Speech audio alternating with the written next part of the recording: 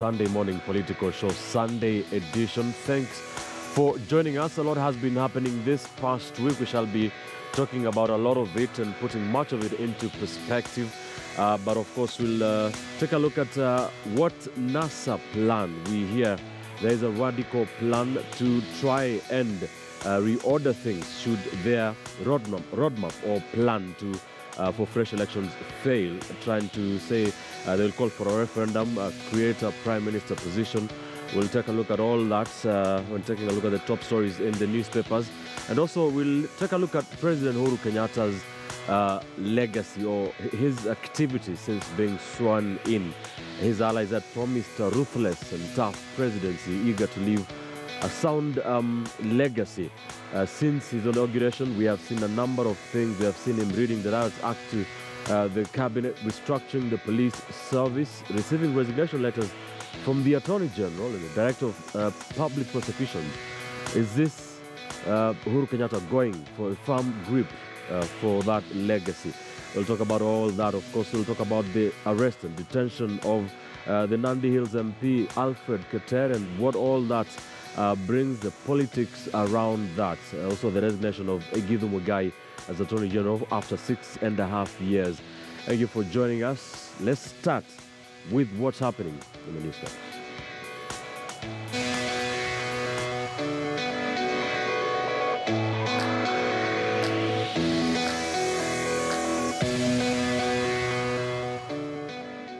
Let me introduce my panel this morning. I have with me Mutinda Kavemba, political strategist. To my right here, lawyer Stephen Anditi, political analyst Mark Bichache, political risk analyst Diswas Wokua.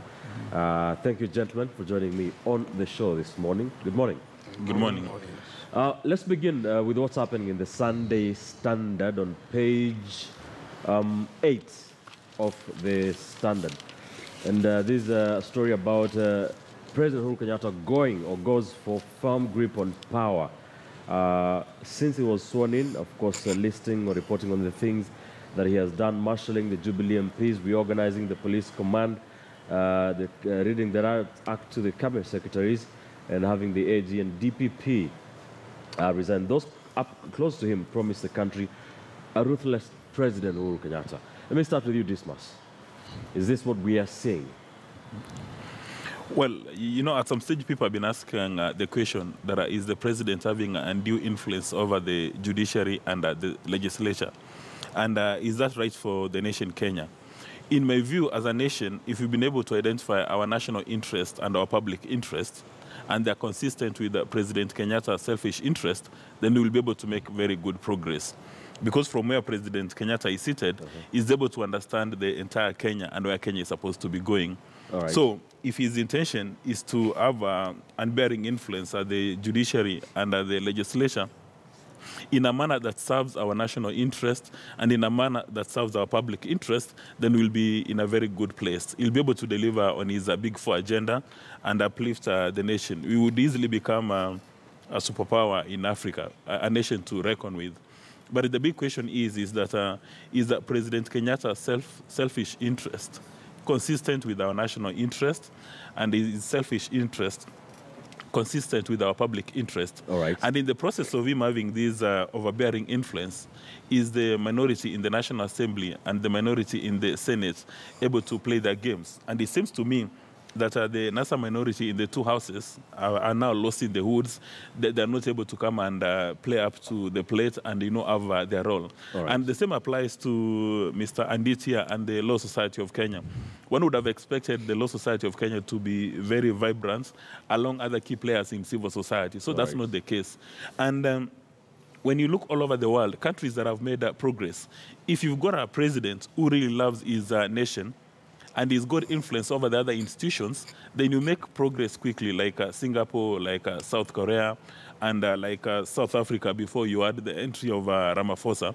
But in Kenya, we would get into a very complicated space if the other institutions do not rise to the occasion and check on the presidency. Because it's not always the case that his selfish interests are in harmony. Thank you. In his own words, the president did say, quote, high office is not a platform, and I repeat, it is not a platform for self-actualization and pandering to ego. It is now business unusual, not business as usual. This is when President Uhuru Kenyatta was addressing his newly sworn-in cabinet secretaries. Mark, what is your take on this issue? Uhuru going for the firm grip on power? I like how we're talking about firm grip on power as though he's not in power. It's a funny statement because Uhuru Kenyatta is in power. The difference here being, and for me it is very good news, that he's saying that he is actually taking charge of the destiny of the nation and the destiny of his cabinet, expecting them to deliver and not to play games as has been seen in previous regimes. This is actually what is supposed to happen. This is actually how government business is supposed to run. And this is how it's supposed to be. But as Dismas has correctly put it, there are certain checks and balances that we need to check and see if they're still in place. Number one, he's not even once suggested a change in the constitution, meaning that there is opportunity for the leaders of minority to check the governmental powers. There's opportunity for civil society to check on these governmental powers. There's opportunity for the LSK to question certain actions within court, within the legal framework, because the president has not gone for the Holy Grail. If he had gone to say, let's change the constitution in any way to fit his agenda, then we have cause to worry. But what he is doing is what every president coming into power should do.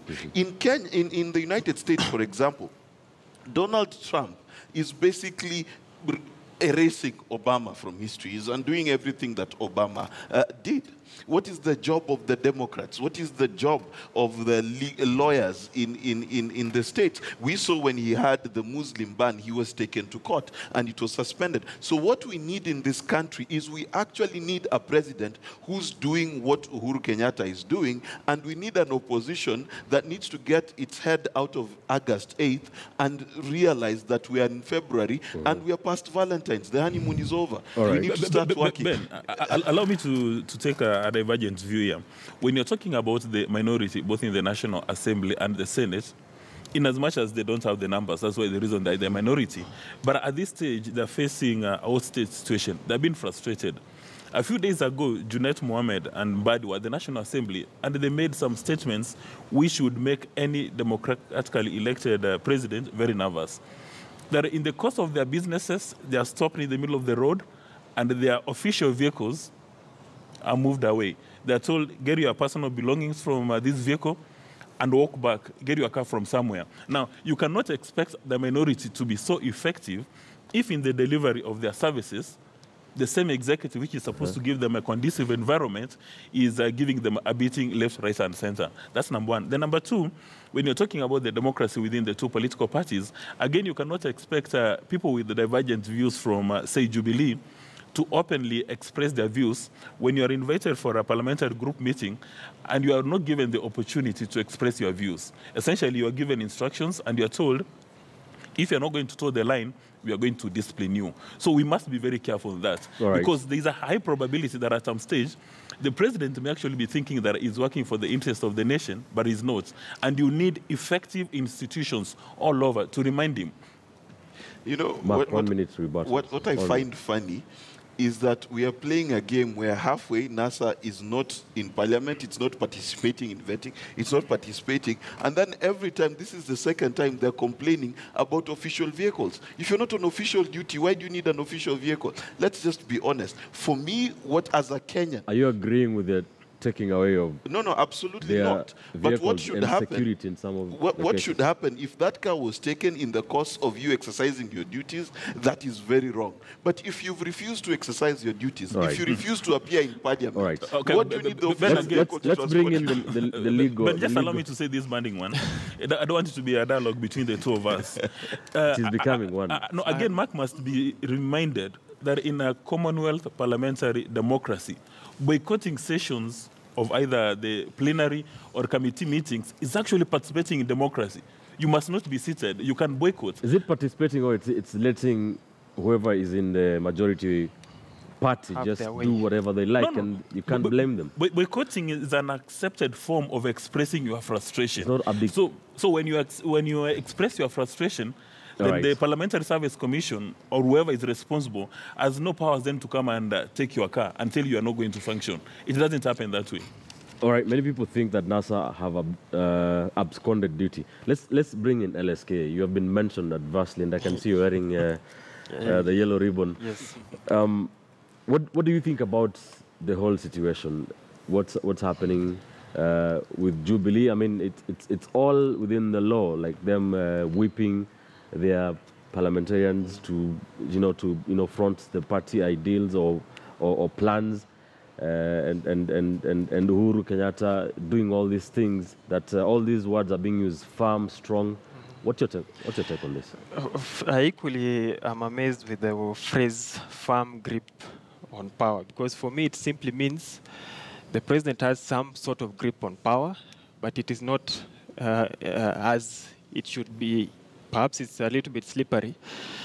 And the words that are being thrown around, like resolute and firm, those are phrases that you would find in a country where you are headed towards a dictatorship. You do not need firm and resolute leadership unless the firm and resolute leadership is for things like rule of law, advancement of the economic situation of your countrymen, firm and resolute against corruption, such things.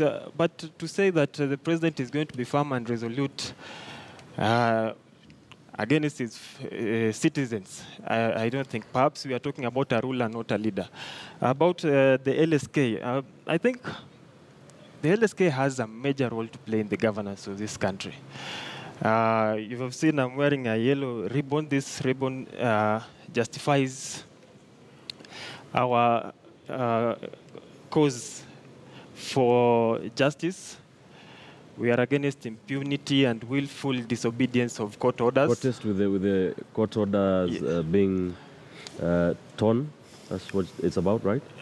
Willful disobedience of court orders. We are against such. We are asking the executive in this country, please obey the court orders.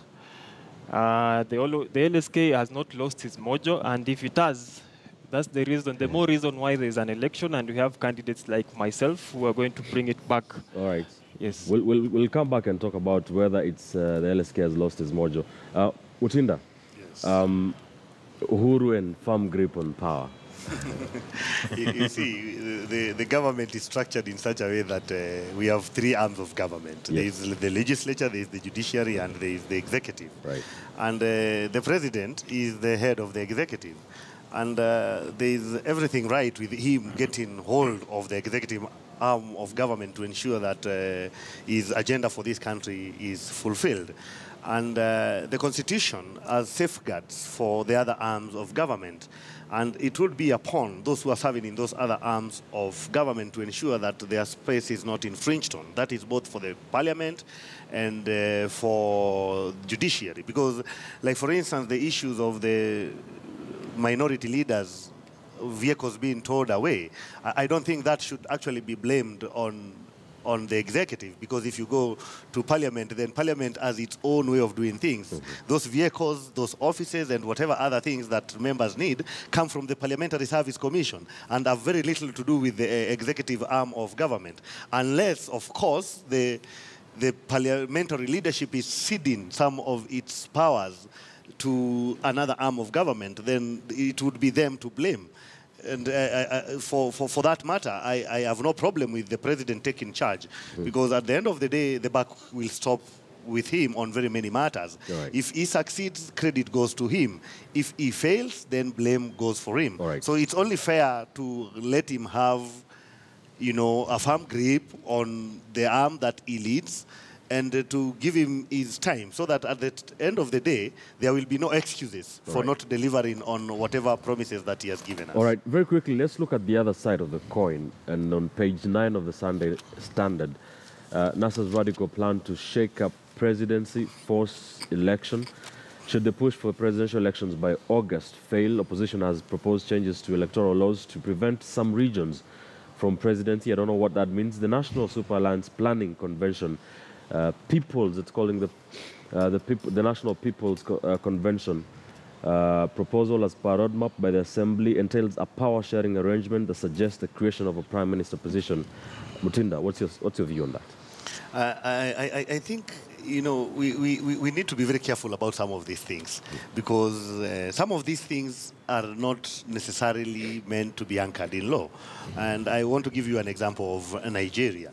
The former ruling party that had Obasanjo as the president, it had a political arrangement. You know, Nigeria, they have the issues of the southern Christian and the northern Muslim. Yeah. And for them to ensure that their party is cohesive and is representative of the whole of the Nigeria, they had a political arrangement where power was to shift from the Christian south to the Muslim north and vice versa. And it was working very well for them. I actually think it stopped working when Jonathan's death, of course, unfortunately, the Umaru Yar'Adua was Muslim, who had taken over after Obasanjo died in office, and the Muslim North felt like they needed to have someone from their area replace him. That is what messed them up, and that is how eventually Jonathan lost to Buhari. Right. But that was not anchored in law. It was anchored in political strategy. So I would be for that. I would be for anchoring some of these arrangements in political strategy as opposed to anchoring them in law. Because all of us are Kenyans and we have our rights. Yeah. And everything should be competitive if we are to remain as democratic as we are currently. And it would not be in the interest of the country for us to start anchoring some of these things in law that they are, you know, we need to have a rotational presidency for instance. Right. How then do we even determine what region will take over after the other region? I think that would pose a big challenge. Okay. But some of these things can be anchored in political strategy within the parties. Like, for instance, Jubilee. In the last election, Jubilee was URP and TNA. And they saw it important as a matter of political strategy to be in one party so as to avoid internal competition and to ensure that they get a majority in all legislature houses, that is legislative houses, that is the national, right, both National Assembly and the Senate and the county assembly. And it's worked for them. So I would advise NASA to relook their political strategy and stop blaming the Constitution for their poor political strategy. Akili, this thing to have a rotational presidency that will bar Mount Kenya and Rift Valley regions from their seats in the near future, allowing other communities a chance to lead the country. What Mutinda here is talking about, should it be anchored in law? Well, there is nothing that proscribes it from being anchored in law. It can be anchored in law, and it can be workable ultimately if it's well-crafted. I would agree to some extent that we need strong party structures that would actually encompass some of those proposals, because the law is rarely a remedy for everything that ails the society. And sometimes you have to look at your political strategy, as Kavemba calls it. But in the end, NASA are caught between a rock and a hard place. They really have to come up with something.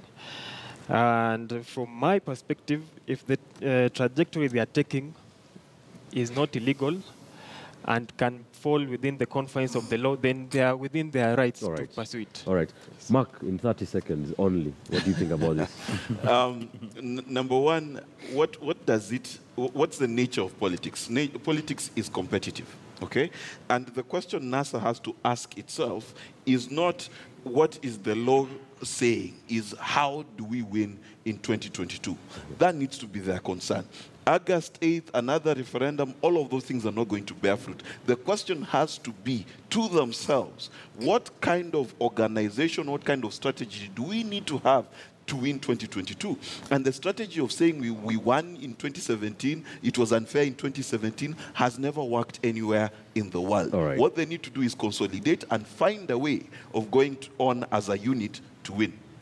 Dismas, you also have 30 seconds. Both of you encroach. 30 seconds, okay. We'll do that. In my view, the elephant in the room that we are supposed to be looking at is whether our electoral process is free, fair, and credible, whether every vote counts. In Kenya, that's a big issue. For some reason, we've got a PhD in sciences, but people are unable to count votes. If you're able to count votes effectively, then we'll be in a good place. Then the second level would be, how do we tanker with our democracy? Do we go to a parliamentary democracy, then we go and have a prime minister? Or do we approach the US model where we do a census, again where we count our numbers right, and then apportion every county a number of electoral votes? So that if you win, say in Nairobi, you've got 20 votes, and then you go to the National Assembly. That's the only way the marginalized communities or the minorities will feel part and parcel of the body Kenya. But at the end of the day, really, it's about counting. Because if you've got a free, fair, and credible election, somebody loses, then they can easily go back home. All right. Final question to you, Bwana Wakili. Something I want to throw to you. LSK preparing for elections, and you'll be in that. Pundits have criticized LSK, saying that you've lost your mojo, its mojo, to activists like Okiya Omtata, and many people seem to agree. What do you think about this? Well, unfortunately, to some extent, I would have to agree, because the public interest component of the Law Society, which is enshrined in law, in the Law Society Act, has not been taken into account by the outgoing council. It is something that we hope to take up very strongly. Right. And when we take it up, do not be surprised when we consign the likes of Omtata to oblivion. But we are going to take up the challenge seriously. All right, talking big. We'll see, wait and see. Thank you so much for your comments on this morning's a lot of hot stories in the newspapers, especially in the Sunday Standard. Don't go too far.